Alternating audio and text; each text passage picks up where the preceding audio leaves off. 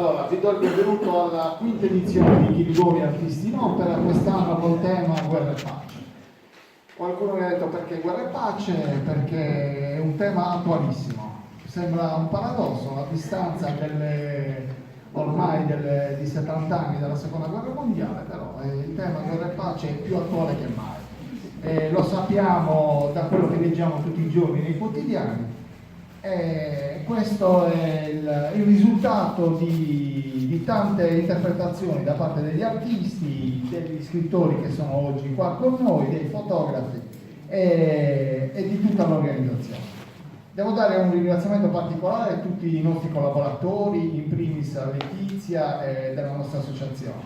E poi devo ringraziare Mirko con l'associazione La Ruota della Fortuna che con questa collaborazione ha dato vita a una quinta edizione veramente emozionante e di qualità. Gli do anche subito la parola. Okay.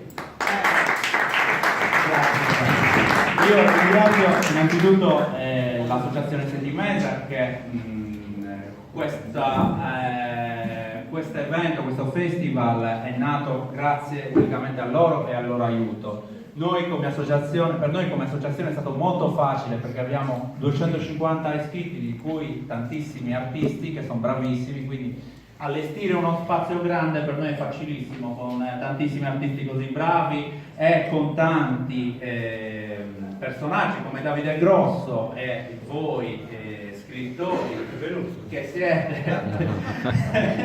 accorsi qui per dar voce ai vostri pensieri su questo tema importante. Spero che in seguito e in futuro ci saranno tante collaborazioni con altri temi, in modo da portare sempre più persone a visitare eventi d'arte ma anche di cultura, per svegliarli a questo torpore che ci affligge da ormai tanti decenni, almeno qua nel nostro ambito provinciale. Okay?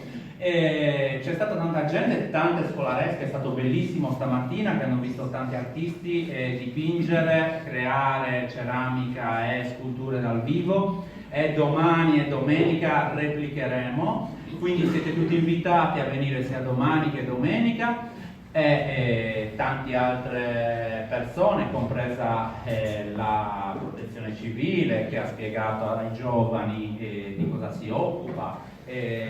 Insomma, un sacco di eventi nell'evento Guerra e Pace in questo festival di 3 giorni. Io vi ringrazio veramente tutti, i nostri associati, gli associati dell'associazione Sentimesa, che ormai diciamo sono anche i nostri associati perché collaboreremo anche in futuro, tutti gli scrittori che sono accorsi, e io spero in futuro di nuovo con Davide che è un nostro associato, che ha fatto non sembra ma è uno in gamba anche. E adesso gli darò la parola perché sarà una bellissima serata all'insegna della letteratura, potrete anche acquistare